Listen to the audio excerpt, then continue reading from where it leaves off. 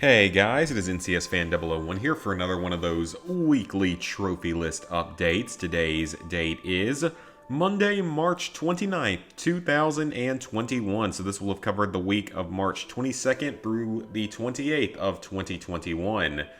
We're already near the end of the one quarter mark of 2021, which is pretty crazy to think. This year's been going by a lot faster than last year did, that's for sure. So as for trophy progress this past week, it wasn't major. I only earned trophies in 2 games, but first I will go ahead and talk a little bit more about Destiny and where I'm sitting at right now on Destiny. So currently in the base game, the only trophies I have left for Platinum are Flawless Raider, which I am really hoping is going to be getting done this week. I think I've got the group to do everything with, so I should be getting that done this week. As for the dead ghosts, I think I have 18 of them, so I need to check a website or something to be sure about that, but I think I have 18, so another 32 of those. A lot of them are pretty easy. It's just going to take, pretty much a full day of this game to get to. As for the Hunter and Warlock subclasses, Warlock, I think a little over halfway through on that one. So I'll get that one normally, but for Hunter, I think I'm just going to end up buying the upgrade pack off the PSN store because honestly, I don't want to sit through the grind again. Because, I've already did it once for the Titan, and then I'm going to be doing it again with the Warlock. I'm just not really sure I want to bother with it a third time with the Hunter. Now, along with that, we have in the Taken King, we've made very good progress on the Old Hunger quest. Now, the Old Hunger quest, this is a massive quest that requires you to do a lot of stuff. For the first step, you have to find 5 calcified fragments, and then you have to go basically complete the raid, which is part of another quest as well as a couple of trophies. But from there, you have to get to, I think it's 10 calcified fragments, and once you're at 10, you get another story mission to do. Then I think you have to get to 20 fragments, I believe.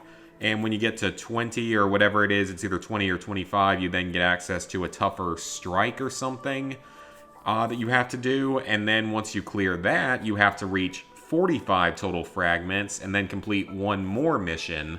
Now, there are only 50 calcified fragments in the game, and some of them are pretty challenging to get to. You get about half of them, maybe not quite half, but at least 20 of them by just exploring the Dreadnought and going to certain places. So those ones are pretty easy.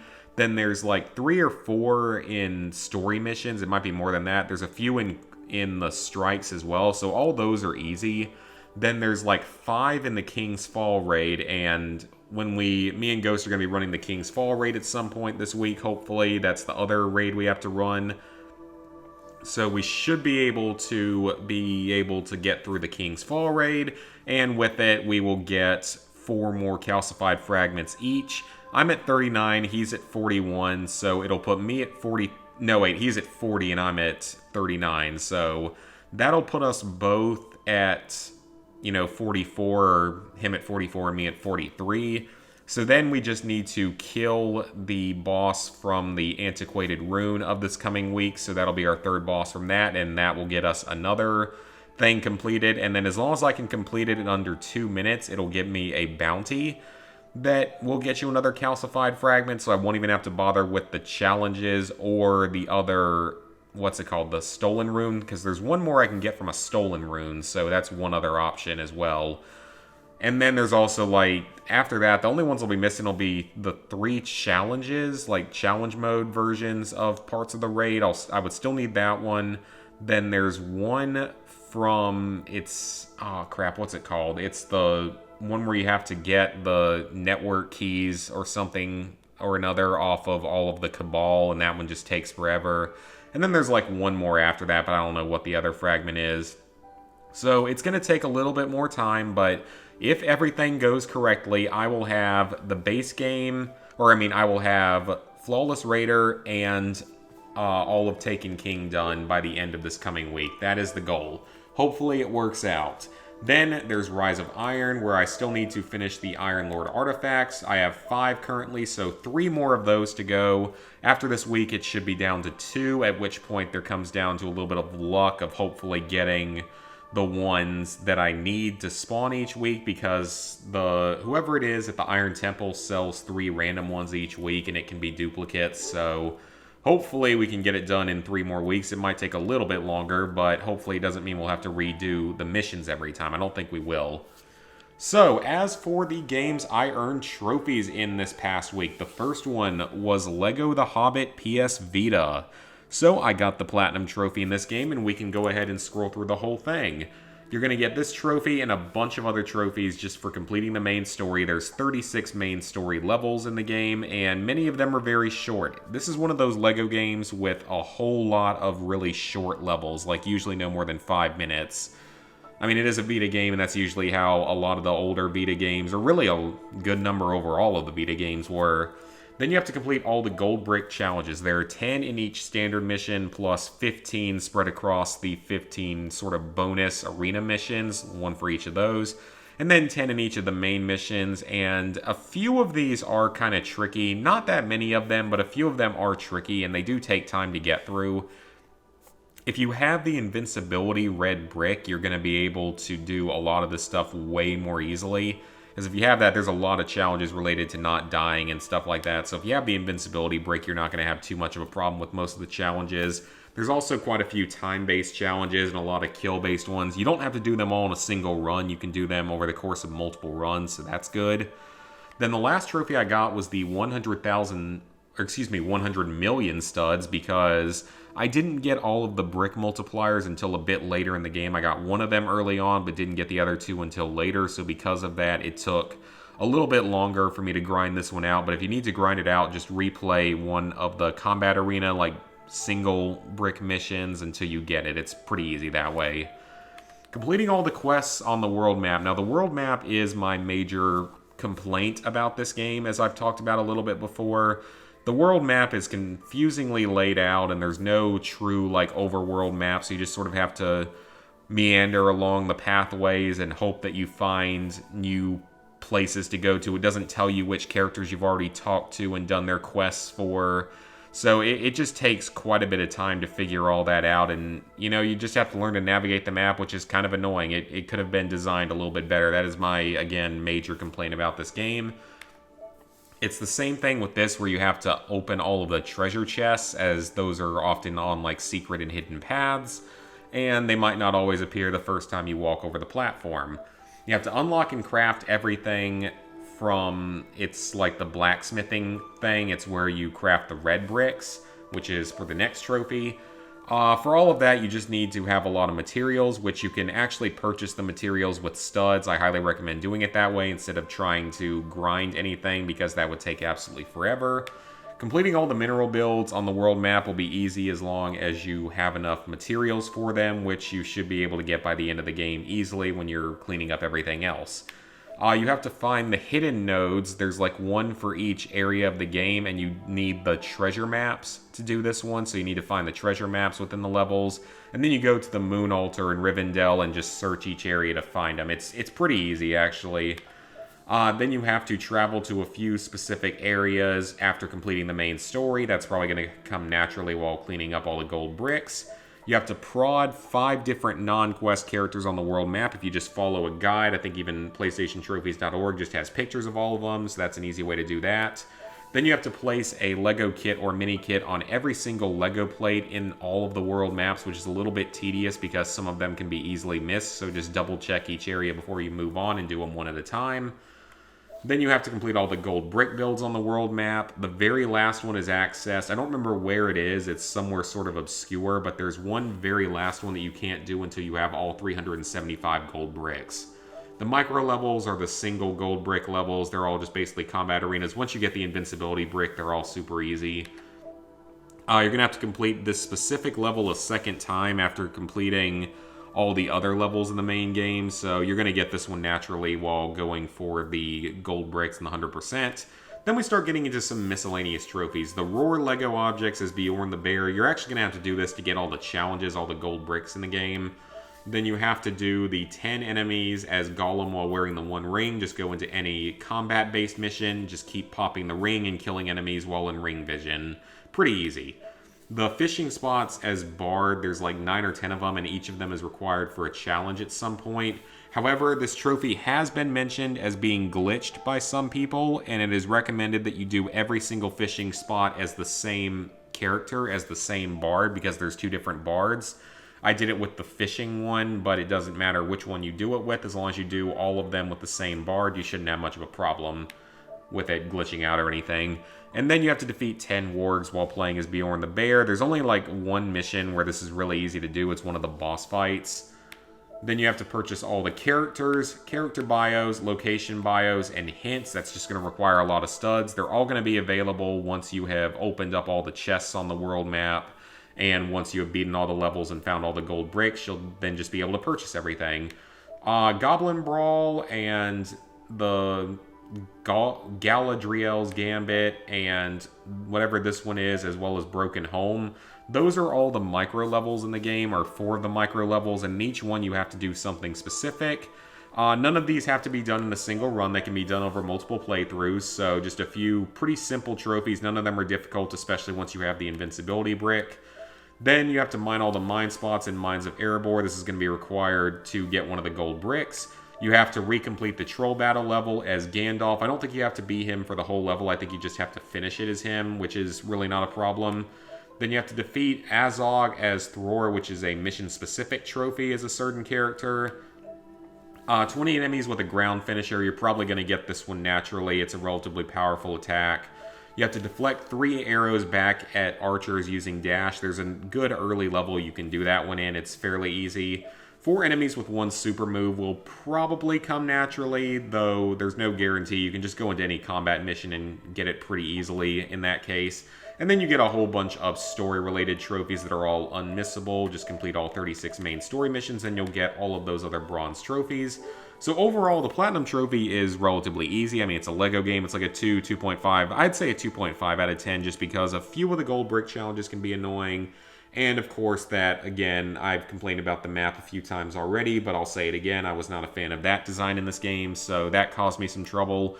But otherwise, it's really not, a difficult Platinum by any means. It takes around 15 hours, so much shorter than most of the console LEGO games, though not the shortest Vita LEGO game. And then we have Battlefield 5. I got started on Battlefield 5, and this game's a little bit hit or miss. It has some decent quality to it. Like, it can be fun at times, and it's still reasonably well populated. But I'm not a huge fan of it. Like, I mean, the gameplay is very much the same as Battlefield 1, but with, new maps and weapons and stuff. Gameplay is all pretty much identical to Battlefield 1, but it doesn't play as well. Like, this game constantly has server issues, I feel like. I'm constantly just lagging or getting beaten out by people with better connections, and it's happening way more in this game than most other games out there. At least it feels that way. And then the game's just currently full of, tryhards and super high-level dedicated fans and a couple of hackers as well. So you got to be a little bit careful about that because it can make the game a lot less fun to play. So as for the Platinum Trophy, you're going to get 6 trophies by completing the story on the hardest difficulty. And then you get to all the multiplayer trophies. I have not touched the campaign yet. There are collectibles in the campaign that I'm probably going to go for because they unlock some unique melee weapons. So, might as well. It's probably not too difficult to get them. So you have to kill 10 enemies with secondary weapons in a single round. Unless I get a lot better at the game or find an easier way to do this, I think this is going to be one of the 2 trophies in the game I'm going to have to boost in the community games, which I'll talk about that later. 10 kills in a round is extremely easy. This one should come naturally. Capture 10 flags in front lines. I think this one should be fairly easy if you play a lot of front lines, but I don't know how populated the game mode is. Hopefully it's still relatively populated, but it's probably not going to be too terrible. Then a round of conquest on each of the launch maps. There's like 8 of them. I've played 3 of them, though I don't know if you have to be in the match from the very beginning. If so, it's going to take a little bit longer. But if you don't have to be in the match at the very beginning, then I've played on 3 of the 8 launch maps, and you can just go through the filters to get this set up.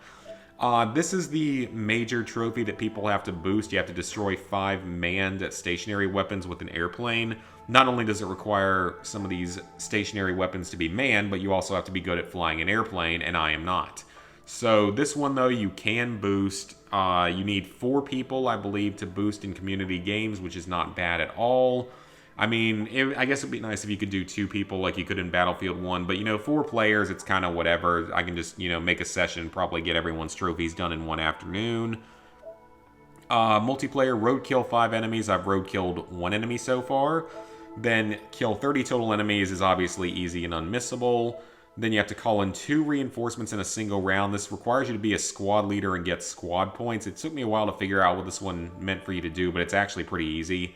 Then you have to build 10 fortifications in a single round. That's extremely easy on any conquest map because there's plenty of opportunities to do it and the matches last longer. Fully suppress 5 enemies is going to come naturally. I mean, half the players have got it. It's one of the most common trophies. Then you have to earn 100,000 score as each class in the game for this trophy, as well as a total of 500,000 as a player. This is the most grindy part of this game, and I mean, it's not difficult, it's just a little bit grindy, so it's not really much of a problem. I mean, you can earn a good, over 5,000 points per match, per class, or per whatever class you're playing as, so it's not really difficult, but it'll just take a little bit of time, especially if you're not that good at the game.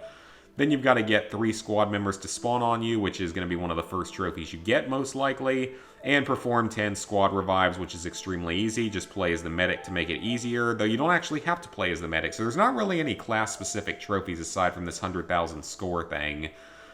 Sniper or recon is probably going to be my worst, but honestly, it's just 100,000 points, and you don't even have to get kills to get points. You can capture flags and stuff, so it's not a problem. I mean, this is not a hard platinum, really, unless the campaign is really difficult, which I don't think it is. It's just not that fun of a game, so it is what it is. It doesn't have any DLC. It's never going to get any DLC trophies. I mean, they're already, talking Battlefield 6. So I'm not really worried about it getting, DLC trophies in the future, but I am going to get this one done before I end up starting Battlefield 4 at any given time, just because... Get this one done because it's way less popular. Battlefield 4 is apparently still pretty popular, and a lot of people still really like it, say it's like the last really good Battlefield. So that's a good thing. And it's on PS4. I'm only doing the PS4 version of that one. So let's sync up our trophies. We are at level 718, 93%, 20,179 total trophies, 495 platinums, 2,883 golds, 5,405 silvers, 11,396 bronzes. So plans for the upcoming week. It's another big week to try to work my way through Destiny. Hopefully, finish off Flawless Raider and the Calcified Fragments this week, which would finish off the Taken King.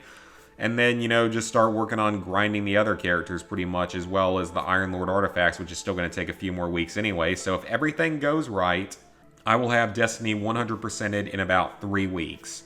Which would be great, just to have that done and have both Destiny games done, and then I can auto-pop Destiny 2 on the PS5 in the future, and I don't think it's supposed to get any more trophies, which is great.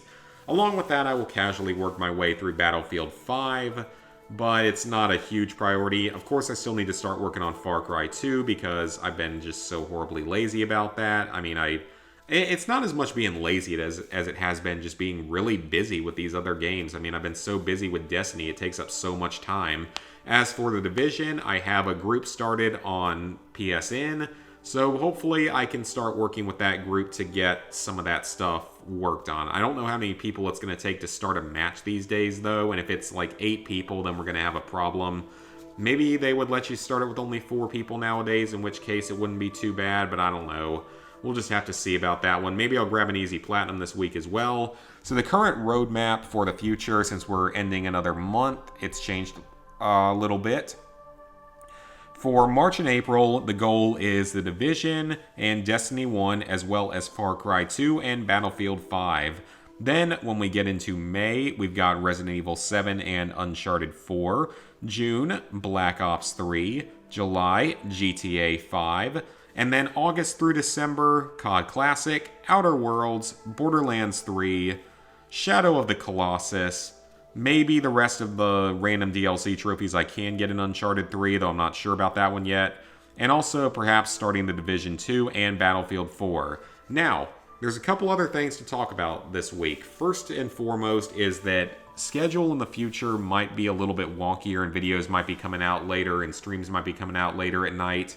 Because I've got the chance to start working quite a bit of overtime starting this week, and I actually do kind of need that because I've got a really big purchase hopefully coming up in a couple months from now, and because of that, I'd rather have a little bit more money. So it's not the PS5, it's not even gaming related, it's something much farther beyond that. So I definitely need to get some extra money for that. And I mean, I think I'd be back by 8:30 from work every day, but it might leave me, a little bit busier and a little bit less time to game and trophy hunt and stuff like that. But real life's got to come first, and I don't think it'll really affect my Destiny grinding because I usually don't get on that till like 8 o'clock anyway, so it really shouldn't make much of a difference with that. So that's the first thing. And then the second thing, as we all know, there's been a lot of announcements from, well, not really announcements, but leaks coming out of Sony that perhaps they would be shutting down the stores permanently for PS3, PS Vita, and PSP. If that happens, there's a lot of questions as to what would happen next. Like, if they shut it down, would it mean that you can no longer download the games you purchased on those consoles at any given time? Or their DLCs, or even their patches would be tied to PlayStation Network, but the DLCs and the games themselves, would you not be able to buy them anymore, or not even download them anymore? In which case, Sony's basically just screwed you out of potentially thousands of dollars worth of games and DLCs, and even like avatars and themes and stuff. And I have a feeling that would cause a lot of problems and possibly some lawsuits and stuff. Just the thing is, the fact that they haven't denied it officially makes me worried that it might be true. So I guess we will have to see what happens. Thankfully, I have no more stuff to download, I don't believe, on the PS3 or the Vita. But I mean, it would just be weird, and like the PS3 and PSP make a little bit more sense, I guess. But they're still making games for the Vita. There are still new trophy lists coming out for the Vita every week.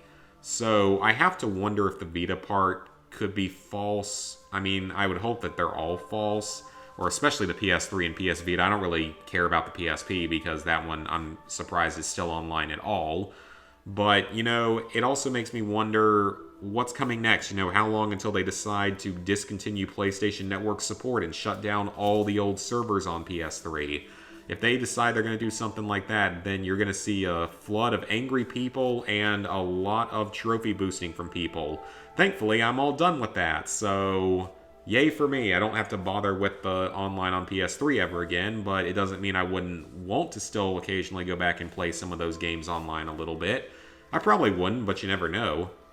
It's going to leave a lot of people with unobtainable platinums and 100%, so it's going to make a lot of people mad, and I don't know. I guess we just really need to wait until Sony gives us like an official announcement on this whole thing, but they haven't yet, and it makes me worried that it might be true because they haven't said anything to deny all of this whole rumor and stuff. So I guess we will have to see in the near future what they decide to do about that.